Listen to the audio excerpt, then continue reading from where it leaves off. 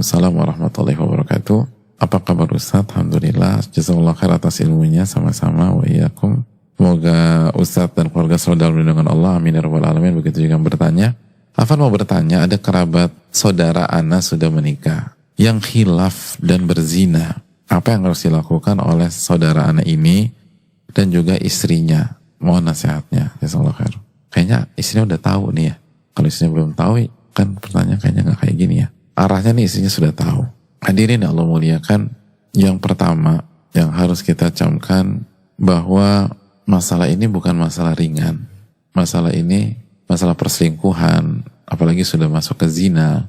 Dan di hari gini kalau udah bicara perselingkuhan mungkin 99% jatuh pada zina ya. Yang pertama yang harus kita lakukan adalah ini tuh ibarat penyakit stadium yang parah dalam rumah tangga. Bagaimana tidak? Allah berfirman dalam surat An-Nur ayat 3, Az-zani la yankihu illa zaniyatan aw musyrikah. Laki-laki pezina tidak menikah kecuali dengan wanita pezina atau wanita musyrik. Wa zaniyatu la yankihuha illa zanin aw musyrik. Dan wanita pezina tidak menikah kecuali dengan laki-laki pezina atau laki-laki musyrik. Terus ditutup dengan firman Allah, wa hurrima dzalika 'alal mu'minin. Dan menikah dengan pezina haram bagi orang-orang yang beriman. Hati-hati makanya. Allah gak mengatakan menikah dengan, mohon maaf, pelacur atau profesional. Pezina. Pezina itu cukup sekali dilabeli pezina. Sekali aja. Itu pezina. Jadi tolong sikapi dengan serius.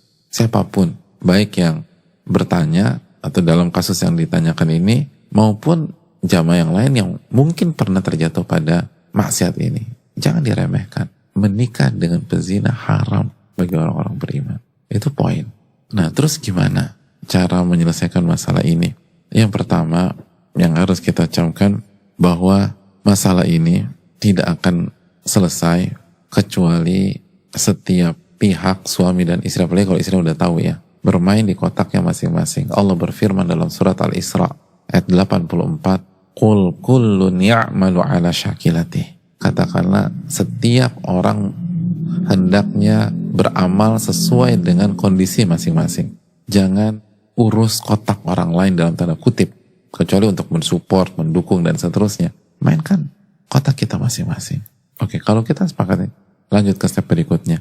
Hendaknya masing-masing beristighfar dan bertobat kepada Allah. Istrinya juga Ustaz? Iya, istrinya juga. Kullun ya'malu ala syakilati. Setiap orang bermain di kotak masing-masing. Mau selesai gak masalahnya? Bermain di kotak masing-masing. Untuk suami, ia bertobat karena dosa zina tersebut. Dan dosa-dosa yang lain. Dan jangan putus asa. Jangan berpikir ini berakhir. Enggak.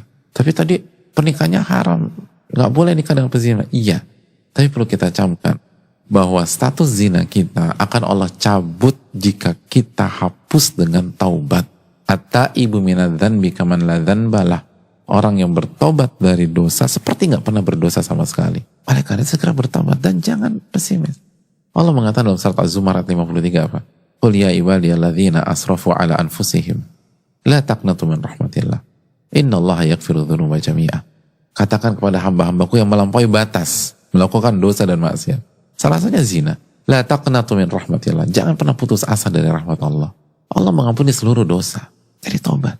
Adapun buat istri, suruh taubat juga? Iya. Kenapa? Karena walaupun dalam kasus ini suami yang salah, ingatlah firman Allah, wa ma asabakum min musibatin fabima kasabat aydikum. Apapun yang menimpa kalian, itu pasti ada andil perbuatan tangan kalian, kesalahan dan dosa kalian. Betul, suami yang berzina.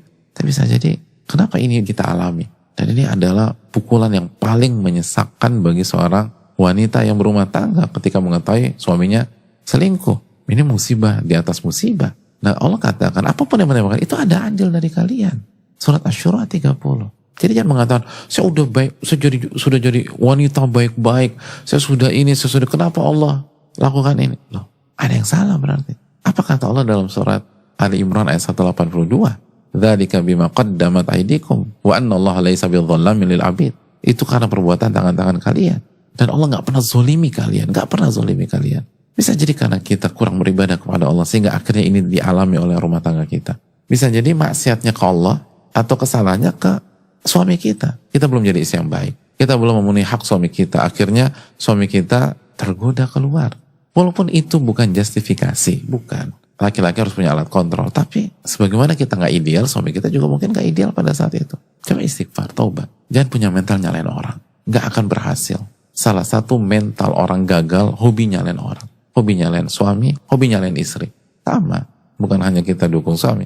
Hobi nyalain suami itu metode orang-orang gagal, dan hobi nyalain istri metode orang-orang gagal. Jadi jangan pakai metode orang-orang gagal. Istighfar dan taubat. Itu yang kedua. Yang berikutnya, suami setelah bertobat, dia harus berusaha mendekat kepada Allah. Perbaiki hubungan dengan Allah semaksimal mungkin.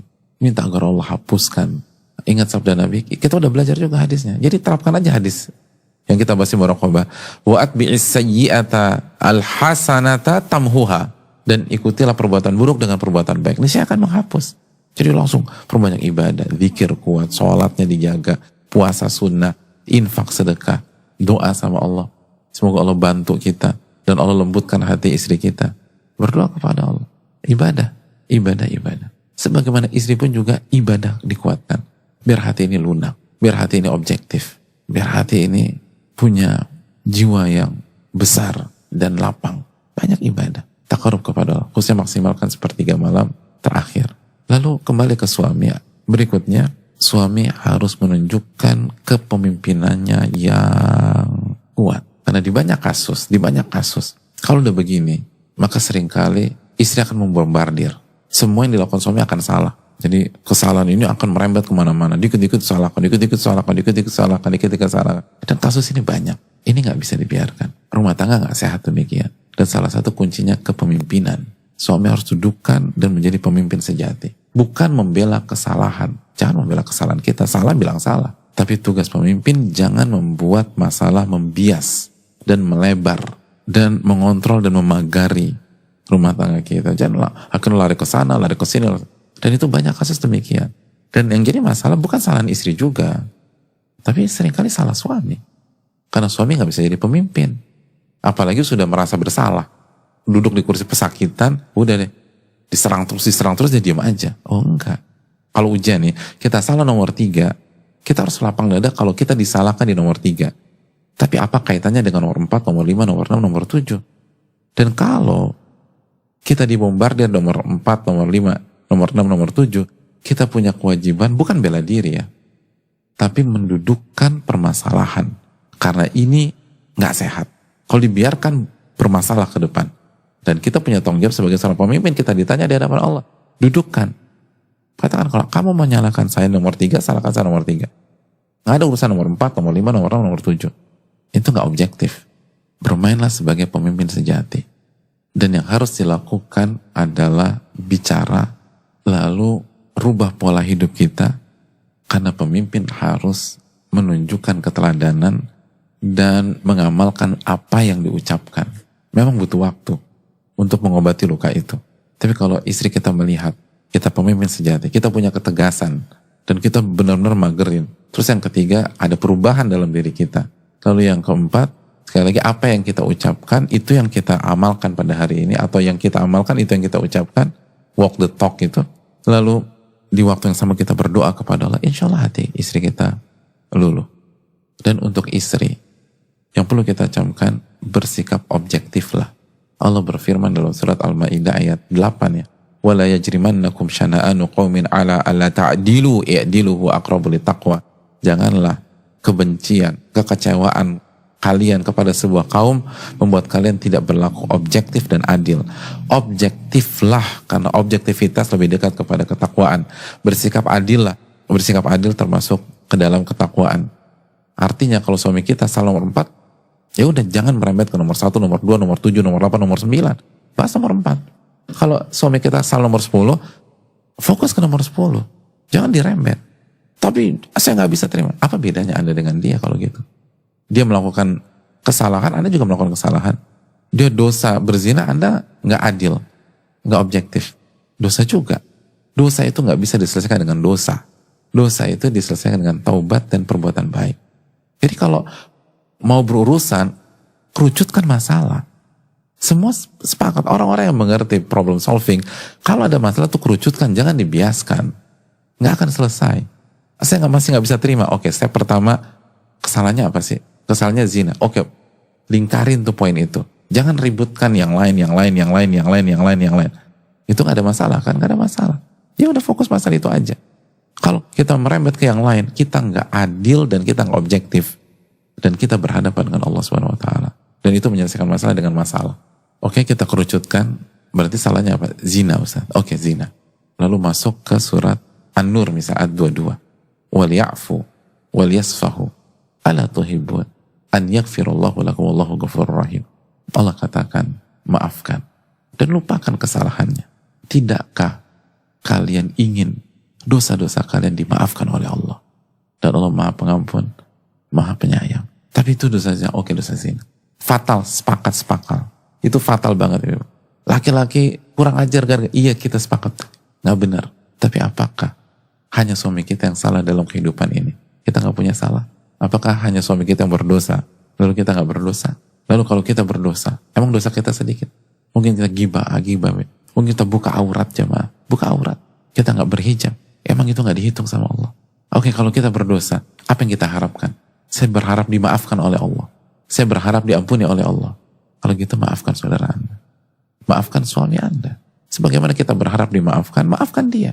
Allah yang mengatakan, wal ya'fu wal yasfahu. Maafkan. Ala tuhibun an yaghfirallahu lakum. Tidakkah kalian ingin dimaafkan oleh Allah? Kalau ingin dimaafkan, maafkan orang. Al jaza min jinsil amal. Balasan tergantung jenis perbuatan.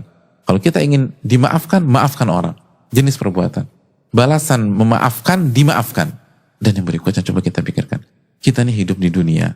Seringkali buat dosa sama orang. Dan kita gak bisa minta maaf ke orang tersebut. Gimana coba caranya? Itu susah.